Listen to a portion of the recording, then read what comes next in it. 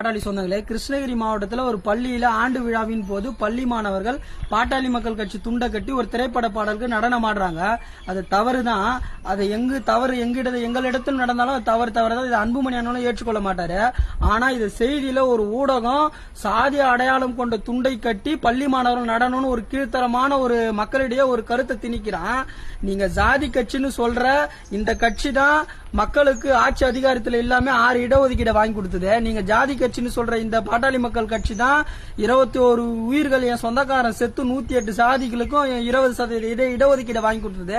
நீங்க ஜாதி கட்சின்னு சொல்ற இந்த கட்சி தான் விவசாயிகளுக்கும் விவசாய நிலங்களுக்கும் எந்த பிரச்சனையும் என்றாலும் விவசாயிகளுக்கு உற்ற நண்பனாக தோளோடு தோல் நின்று களத்தில் நின்று போராடி அவங்க உரிமையை மீட்டு தருது. நீங்க சொல்ற இந்த ஜாதி கட்சி தான் இரட்டை கோலை முறையை ஒழிச்சுது.